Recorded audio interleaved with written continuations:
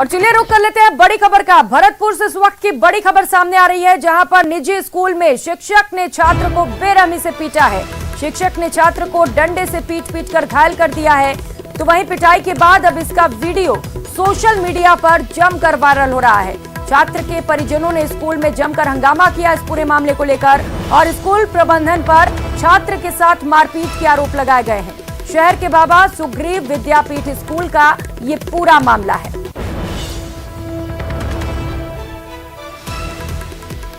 तो भरतपुर से इस वक्त की बड़ी खबर आपको बता रहे हैं। बताया जा रहा है कि एक शिक्षक ने छात्र के साथ मारपीट की है, और बेरहमी से मारपीट के बाद छात्र बुरी तरह से घायल हुआ है। और इसे लेकर जो अभिभावक हैं वो लगातार आक्रोशित हैं, और आरोपी शिक्षक के खिलाफ कार्रवाई की मांग की जा रही है। वीडियो सोशल मीडिया पर अब जमकर वायरल हो रहा है। तो बताया जा रहा है कि एक निजी स्कूल में ये पूरा मामला हुआ है, जहां पर एक छात्र के साथ बेरहमी से मारपीट की गई है। हालांकि ये तस्वीरें आपको दिखाने लायक नहीं है, इसलिए इसे ब्लर करना पड़ा, लेकिन बुरी तरह से यहां पर मारपीट हुई है। छात्र के परिजनों ने स्कूल में इसे लेकर जमकर हंगामा किया है। सहयोगी दीपक इस वक्त हमारे साथ जुड़ चुके हैं इसी खबर पर। दीपक, क्या है ये पूरा मामला? देखिए प्रियंका, ये एक निजी स्कूल का मामला है, जहां पर शिक्षक द्वारा जो है एक छात्र की बेरहमी से पिटाई की गई, और उसके बाद जो है छात्र के जो परिजन थे वो विद्यालय में शिकायत लेकर के पहुंचे, तो उन्होंने हंगामा किया। तो उस दौरान भी जो शिक्षक थे वो परिजनों के साथ जो है अभद्र व्यवहार कर रहे थे। और इस पूरे मामले को लेकर के जब पुलिस में ये मामला पहुंचा, तो पुलिस और जो है जो स्कूल प्रबंधन है उसके साथ बैठ करके बातचीत की गई। तो अब इस पूरे मामले में जो है समझाइश कर दी गई, लेकिन कहीं ना कहीं जो विद्यालय प्रबंधन है उस पर सवाल खड़े हो रहे हैं कि इस तरह से बच्चे के साथ में बेरहमी से मारपीट की गई। बताया जा रहा है कि दो बच्चों में झगड़ा हुआ था, और उसके बाद शिक्षक ने जो है इस बच्चे की पिटाई की, और तस्वीरों में साफ नजर आ रहा है कि जो छात्र है वो अब चोट के निशान भी दिखा रहा है। अब देखना ये होगा कि शिक्षा विभाग जो है वो इस पूरे मामले में क्या कार्रवाई करता है। जी बिल्कुल दीपक, और अगर मारपीट हुई है तो इस पूरे मामले पर सख्त एक्शन लेने की भी जरूरत है। दीपक, आपके साथ बने रहेंगे। इस बीच एक और बड़ी खबर मिल रही है, दर्शकों को बता दें, भरतपुर से ये बड़ी खबर है। मंत्री सुभाष गर्ग के घर के बाहर हंगामा हुआ है। हड़ताली सफाई कर्मियों ने जमकर हंगामा किया। पुलिस ने को हिरासत में भी ले लिया है। बताया जा रहा है कि आंदोलनकारी यहां पर अपशब्दों का इस्तेमाल कर रहा था, जिसके बाद पुलिस ने एक्शन लेते हुए आंदोलनकारी को हिरासत में ले लिया। ये वीडियो आपको दिखा रहे हैं किस तरीके से आंदोलनकारी को पीटते पीटते गाड़ी में बैठाया गया। आप ये तस्वीरें देख सकते हैं। अपशब्दों के प्रयोग के आरोप लगे हैं। दीपक, अपशब्दों के आरोप लगाकर पीटते हुए गाड़ी में बैठा रहे हैं पुलिस वाले। क्या कह दिया आंदोलनकारी ने ऐसा?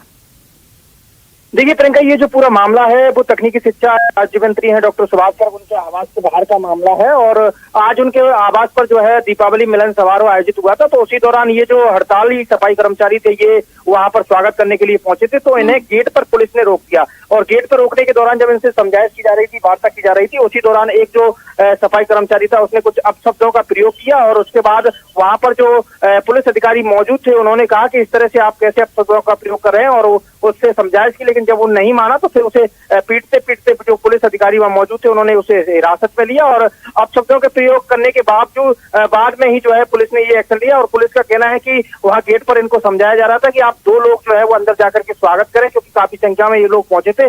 और जब वहां पर इनको चेक किया जा रहा था कि क्या सामान लेकर के आए हैं और फूल वाला उनको चेक किया जा रहा था, उसी दौरान एक जो सफाई कर्मी था उसने कुछ अपशब्दों का प्रयोग किया। उसके बाद पुलिस ने उसे अपशब्दों का इस्तेमाल किया। ठीक है, आपने हिरासत में भी लिया, लेकिन ये क्या तरीका हुआ? मारपीट रहे हैं।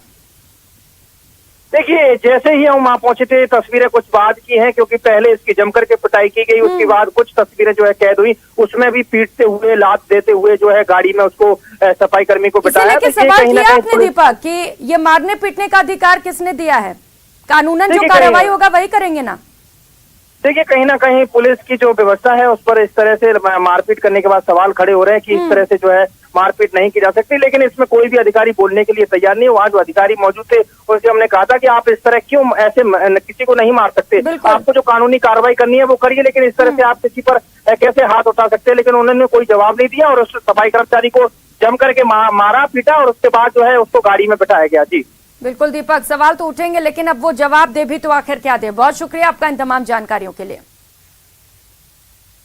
और बड़ी खबर कोटपुतली से सामने आ रही है। शाहपुरा में लूट की वारदात को अंजाम दिया गया है। नशीला पदार्थ सुंघाकर कार ड्राइवर से लूटपाट की गई है। ड्राइवर को सड़क किनारे फेंककर बदमाश मौके से फरार हो गए। कार ड्राइवर से स्कॉर्पियो कार भी लूट ली गई है। पुलिस ने ड्राइवर को अस्पताल में फिलहाल भर्ती करा दिया है, जहां पर उसकी हालत लगातार गंभीर बनी हुई है और गंभीर हालत में उसे जयपुर के लिए रेफर किया गया है। शाहपुरा के राजपुरा पुलिया के पास की घटना आपको बता रहे हैं, जहां पर एक ड्राइवर के साथ लूटपाट की गई, स्कॉर्पियो गाड़ी भी लूट ली गई और ड्राइवर को बुरी तरह से पीटकर रास्ते में फेंककर फरार हो गए। सहयोगी हीरालाल हमारे साथ जुड़ चुके हैं। हीरालाल, क्या कुछ हुआ वहां पर, पूरी जानकारी दीजिए दर्शकों को और क्या कुछ अपडेट है इस पर। जी प्रियंका, मैं आपको बताना चाहूंगा कि यह मामला शाहपुरा कस्बे का है, जहां ताहिर नाम का एक जो कार चालक है, जो एमपी निवासी है, उसने कार में कुछ यात्रियों को लेकर खाटू श्याम जी के दर्शनों के लिए खाटू श्याम जी पहुंचा था। वहां जो सवारियां खाटू श्याम जी के दर्शनों के लिए आई थी वो मंदिर में चले गई। उसके बाद कुछ लोग उस कार सवार के पास आते हैं और कार चालक को कहीं चलने की बात कहकर उस कार में बैठ जाते हैं। उसके बाद आज दोपहर में है जो कार सवार जो बदमाश थे, उन्होंने जो कार चालक ताहिर है उसको नशीला पदार्थ सुंघाकर बेहोश कर दिया और उसके बाद राजपुरा पुलिया के पास उसको पटककर कार लूटकर फरार हो गए। आसपास के ग्रामीणों ने इसकी जानकारी पुलिस को दी और सूचना पर पुलिस मौके पे पहुंची और ताहिर को लेकर राजकीय अस्पताल में भर्ती कराया, जहां उसकी हालत गंभीर होने पर उसको जयपुर रेफर किया गया है। फिलहाल पुलिस पूरे मामले की जांच कर रही है, क्योंकि अभी जो कार चालक है बेहोशी की हालत में, इसलिए उससे अभी पूछताछ नहीं की जा सकती। जब उसको होश आएगा उसके बाद पुलिस उससे पूछताछ करेगी किस प्रकार से पूरी वारदात हुई, उसके बाद जांच आगे बढ़ पाएगी। जी प्रियंका। बिल्कुल हीरालाल, ये गाड़ी किसकी थी जो स्कॉर्पियो गाड़ी लूटी गई है? क्या वो ड्राइवर की थी या कोई और मालिक था इस गाड़ी का? जी, प्रारंभिक तौर पे जो जानकारी सामने आ रही है वो कार चालक जो ताहिर नाम का युवक है उसी की ये कार बताई जा रही है, जो एमपी से कुछ यात्रियों को खाटू श्याम जी के दर्शनों के लिए बुक करके लेके आया था और ये कार उसी की बताई जा रही है। और फिलहाल पुलिस है जो पूरे मामले की जांच कर रही है। जो उसके पास मोबाइल भी मिला है और उस मोबाइल पे पैटर्न लॉक होने की वजह से जो मोबाइल अभी खुल नहीं पा रहा है, पुलिस पूरा प्रयास कर रही है और जांच कर रही है। बिल्कुल हीरालाल, और जिस तरीके से इस पूरी वारदात को अंजाम दिया गया है, लग रहा है कि सोची समझी साजिश थी यहाँ पर। बहुत शुक्रिया आपका इन तमाम जानकारियों के लिए।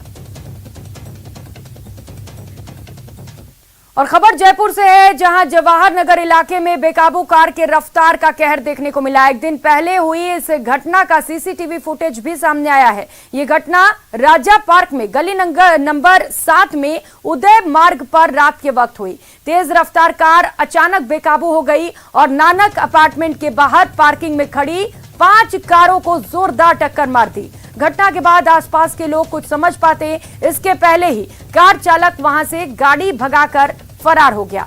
घटना की सूचना लोगों ने जवाहर नगर थाना पुलिस को दी है और अब पुलिस पूरे मामले पर जांच में जुटी हुई। हालांकि ये सीसीटीवी तस्वीरें सामने आई हैं, जहां पर एक कार चालक तेज रफ्तार में कार चला रहा था और इसी दौरान इसकी कार बेकाबू हो गई और धड़ाधड़ 5 गाड़ियों को टक्कर मारते हुए मौके से फरार हो गई है। फिलहाल इस सीसीटीवी फुटेज के आधार पर पुलिस आरोपियों की तलाश में है।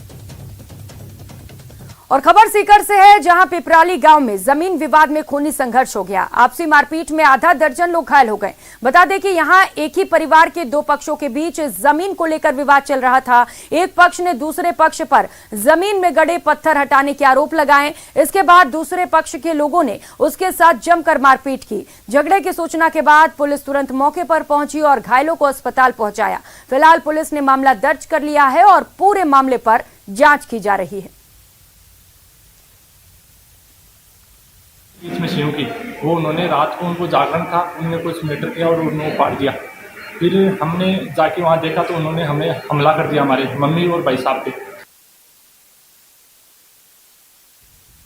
तो वहीं दौसा जिले के मंडावरी में चिकित्सा मंत्री प्रसादी लाल मीणा के घर के पास डकैती और फायरिंग मामला तूल पकड़ रहा है। बीजेपी के वरिष्ठ नेता वीरेंद्र मीणा के नेतृत्व में बड़ी संख्या में लोगों ने प्रदर्शन किया। इस दौरान फायरिंग में डकैती की घटना के विरोध में लोगों ने पुलिस और प्रशासन के खिलाफ नारेबाजी करते हुए राष्ट्रीय राजमार्ग संख्या 11B पर जाम लगा दिया।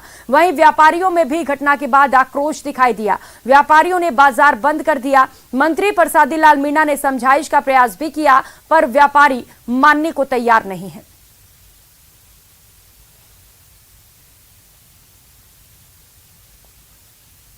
ये मंडावरी के अंदर जो रात को घटना हुई, सबसे पहले तो बहुत बड़ी दुखद घटना है और हमारे गांव इसमें हमेशा अमन चैन रहा है। पर दुर्भाग्य है कि इस गांव का यहाँ का स्वास्थ्य मंत्री है अशोक गहलोत की सरकार, और इन लोगों ने यहाँ पर, मैं इनका ही नहीं कह रहा, पूरी कांग्रेस सरकार ने दौसा, करौली, माधोपुर तीनों जिलों के अंदर ये सब जमीन कब्जे करने वाले से मिले हुए हैं, बजरी माफियाओं से मिले हुए हैं, और ये बजरी की दिन रात यहाँ ट्रॉली इस गांव कस्बे के बीच में से निकलती है। कभी थोड़ा दबाव डालते हैं तो 2 दिन उसको रोक लेंगे, और हर महीने ये लोग थानेदार बदलते हैं यहाँ से, कभी किसको लगाते हैं कभी किसको लगाते हैं, जहाँ पैसा नहीं मिला तो वो थानेदार को चेंज करें। कभी मैंने सुना है कल परसों रात को रामगढ़ बछवाड़ा के किसी थानेदार के ऑर्डर करके वहाँ किसी दूसरे को लगा दिया। ये है। और खबर दौसा से है, जहां जिले के सीत गांव में फूड पॉइजनिंग मामले में बड़ा अपडेट सामने आया है। अभी भी लोगों के बीमार होने का सिलसिला जारी है। सीत गांव में अन्नकूट प्रसादी के सेवन से बीमार हुए लोगों की संख्या 175 तक पहुंच गई है। वहीं अब महुआ अस्पताल में अलग से वार्ड भी बना दिया गया है और वो वार्ड भी पूरी तरह से फुल हो चुका है। वहीं सीत गांव के स्कूल को भी अस्पताल का रूप दिया गया है और वहां मेडिकल विभाग की टीम को तैनात किया गया है और स्कूल के प्रत्येक कक्ष में ग्रामीणों का उपचार किया जा रहा है। गौरतलब है कि ग्रामीणों ने अन्नकूट प्रसादी के रूप में कढ़ी और बाजरे का सेवन किया था। ऐसे में शनिवार को करीब 85 लोगों की तबीयत खराब हो गई थी, लेकिन इसके बाद भी इन मरीजों की तबीयत में सुधार नहीं हुआ। वहीं अन्य लोगों की भी तबीयत लगातार खराब हो रही है। अब तक इस पूरे मामले पर 175 लोगों की तबीयत खराब हो चुकी है। भी करवाया, वहाँ भी करवाया, फिर क्या दिक्कत आ गई? फिर दोबारा वही प्रॉब्लम आ गई, कोई फायदा नहीं पड़े उनसे। बाजरा खाया था, उससे डॉक्टरों ने देखा और कोई वो नहीं लिख रहा है, उल्टे वापस बीमार हो गए, डॉक्टर भी नहीं देख रहे हैं। कल एडमिट किया था? हाँ, कल देखे थे। फिर अब क्या हालात हैं? वही हालात है, फिर पलटी है, पेट दर्द है। और रुक करेंगे अगली खबर का। पीएम नरेंद्र मोदी ने मन की बात कार्यक्रम में 1 नवंबर को बांसवाड़ा के मानगढ़ में होने वाली रैली का जिक्र किया। उन्होंने कहा कि भारत के स्वतंत्रता संग्राम और समृद्ध आदिवासी विरासत में मानगढ़ का बहुत ही विशिष्ट स्थान है। यहां पर नवंबर 1913 में एक भयानक नरसंहार हुआ था, जिससे अंग्रेजों ने स्थानीय आदिवासियों की निर्ममता पूर्वक हत्या कर दी।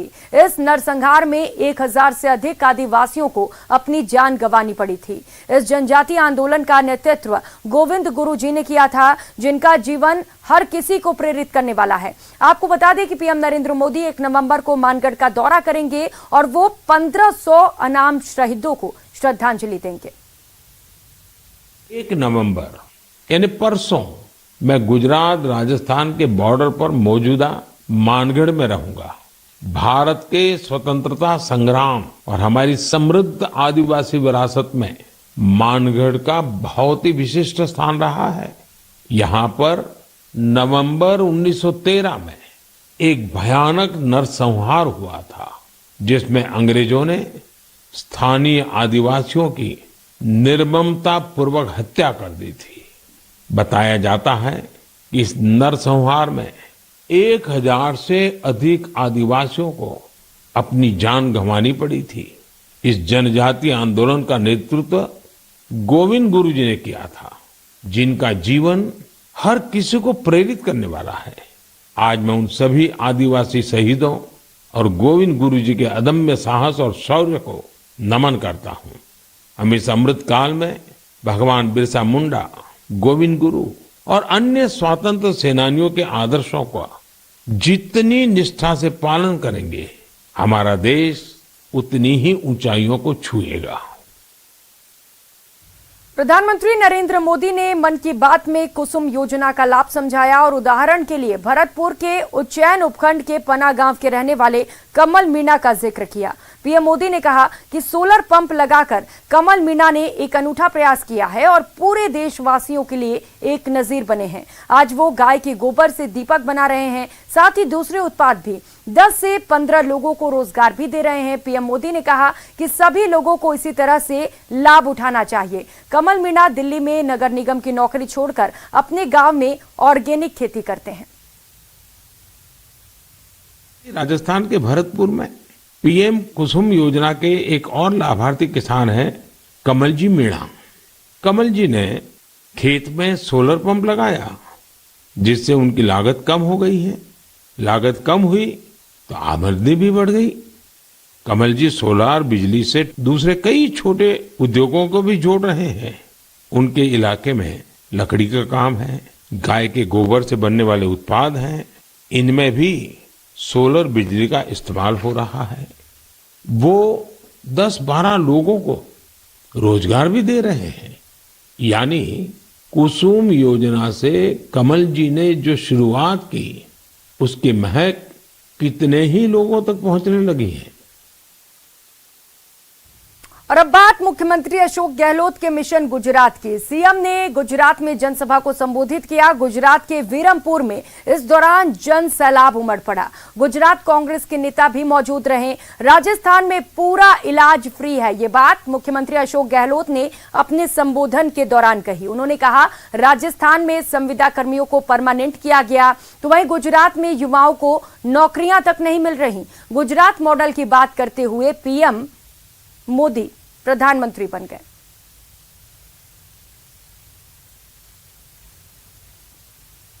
और अब बात राजसमंद की, जहां जिला मुख्यालय पर स्वीकृत एक और बड़ा प्रोजेक्ट नाथद्वारा में स्थानांतरित किया जा रहा है, जिसे लेकर अब कांग्रेस नेता भाजपा के निशाने पर हैं। दरअसल केंद्र सरकार द्वारा स्वीकृत इंटीग्रेटेड लैब के लिए आरके जिला अस्पताल में जमीन देखने के बाद राज्य सरकार ने नाथद्वारा के लिए हरी झंडी दे दी। केंद्र सरकार से स्वीकृत वित्ता पोषित जांच लैब राजकीय अस्पताल नाथद्वारा में स्थापित होगी, जिसे लेकर भाजपा नेताओं ने नाथद्वारा विधायक और स्पीकर सीपी जोशी को आड़े हाथ लिया।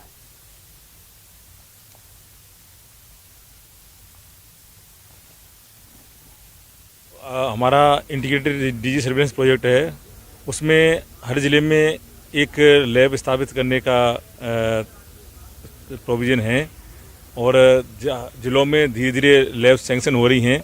राजसमंद ज़िले में ना आप जैसा पूछे नाथद्वारा में, मेरे पास ऐसी जानकारी नहीं कि नाथद्वारा में कोई शिफ्ट हो रही है या क्या हुआ है। मैं इस पे ज़्यादा कुछ नहीं कहूँगी। इसके लिए आप जो बड़े बड़े नेता हैं कांग्रेस के इस जिले में, उनसे पूछिए।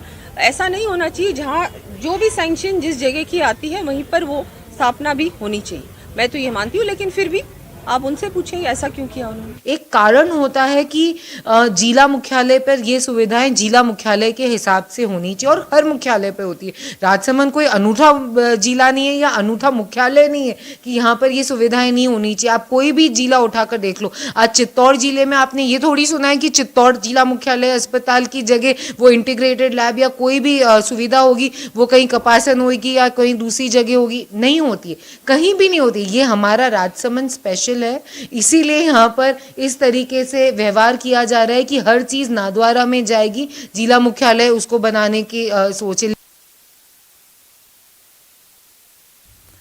तो वहीं भरतपुर से विधायक और राज्य सरकार में तकनीकी शिक्षा और आयुर्वेद राज्य मंत्री डॉक्टर सुभाष गर्ग ने आज अपने आवास पर दीपावली मिलन समारोह मनाया।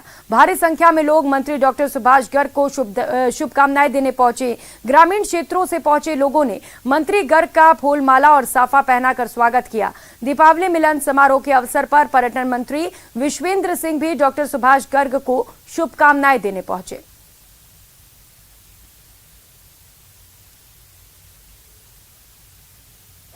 तकनीकी शिक्षा एवं आयुर्वेद राज्य मंत्री डॉक्टर सुभाष गर्ग आज भरतपुर स्थित अपने आवास पर जो है दिवाली मिलन समारोह मना रहे हैं और भारी संख्या में लोग जो है वो उनके पास पहुंच रहे हैं और उनको शुभकामनाएं दे रहे हैं। सुबह से ही जो है लोगों का यहाँ पर जो है जमावड़ा लगा हुआ है। आज दिवाली मिलन समारोह जो है मनाया जा रहा है। भारी संख्या में लोग पहुँच रहे हैं यहाँ पर। देखिए, ये भरतपुर की सरदारी का असीम स्नेह, प्यार और आशीर्वाद है।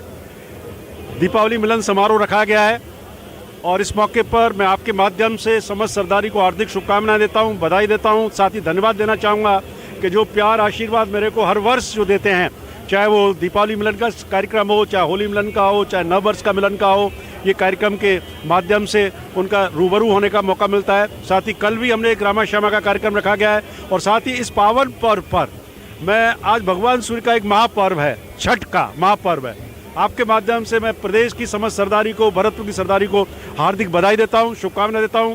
भगवान सूर्य की ऊर्जा सबको मिले, प्रदेश में खुशहाली रहे, शांति, सद्भाव, भाईचारा रहे और हमारे माननीय मुख्यमंत्री का जो संकल्प है कि निरोगी राजस्थान के संकल्प को पूरा करते हुए स्वस्थ और खुशहाल हमारी प्रदेश की जनता रहे, इसके लिए मैं आपके माध्यम से सब लोगों से अपील करना चाहूँगा। आप हर सप्ताह में जब भरतपुर आते हैं तो लोग अपनी समस्याएं लेकर के यहाँ पर पहुँचते हैं और देखा जाता है कि सैकड़ों की संख्या में लोग जो है अपनी समस्या लेकर आते हैं। और उसी प्रकार आज जब ये मिलन समारोह आयोजित किया गया है तो उसे देखा जा रहा है कि दूर दूर के लोग यहाँ पर पहुँच रहे हैं, ग्रामीण क्षेत्र से लोग आ रहे हैं। बिल्कुल, ये ग्रामीण क्षेत्र, शहरी क्षेत्र, युवा, बुजुर्ग, महिला, सबका आशीर्वाद मुझे मिलता है और मैं शुभकामना भी देता हूँ। न्यूज़ 18 जो सामाजिक सरोकारों के मुद्दे हैं उनको भी उजागर करे, साथ में जो भी हमारी कमियां हैं उनको भी हमारे सामने लाए, जिससे कि उनको भी ठीक करने का मौका मिल सके। बिल्कुल साफ तौर पर इन्होंने खास बातचीत में कहा है कि न्यूज़ 18 राजस्थान हमेशा से सामाजिक सरोकार निभाता रहा है और हमारी भी जो कमियां हैं उनको भी जो है न्यूज़ 18 राजस्थान सामने लेकर के आए, जिससे हम उन कमियों को जो है पूरा कर सकेंगे। कैमरा पर्सन दिलीप के साथ दीपक पुरी,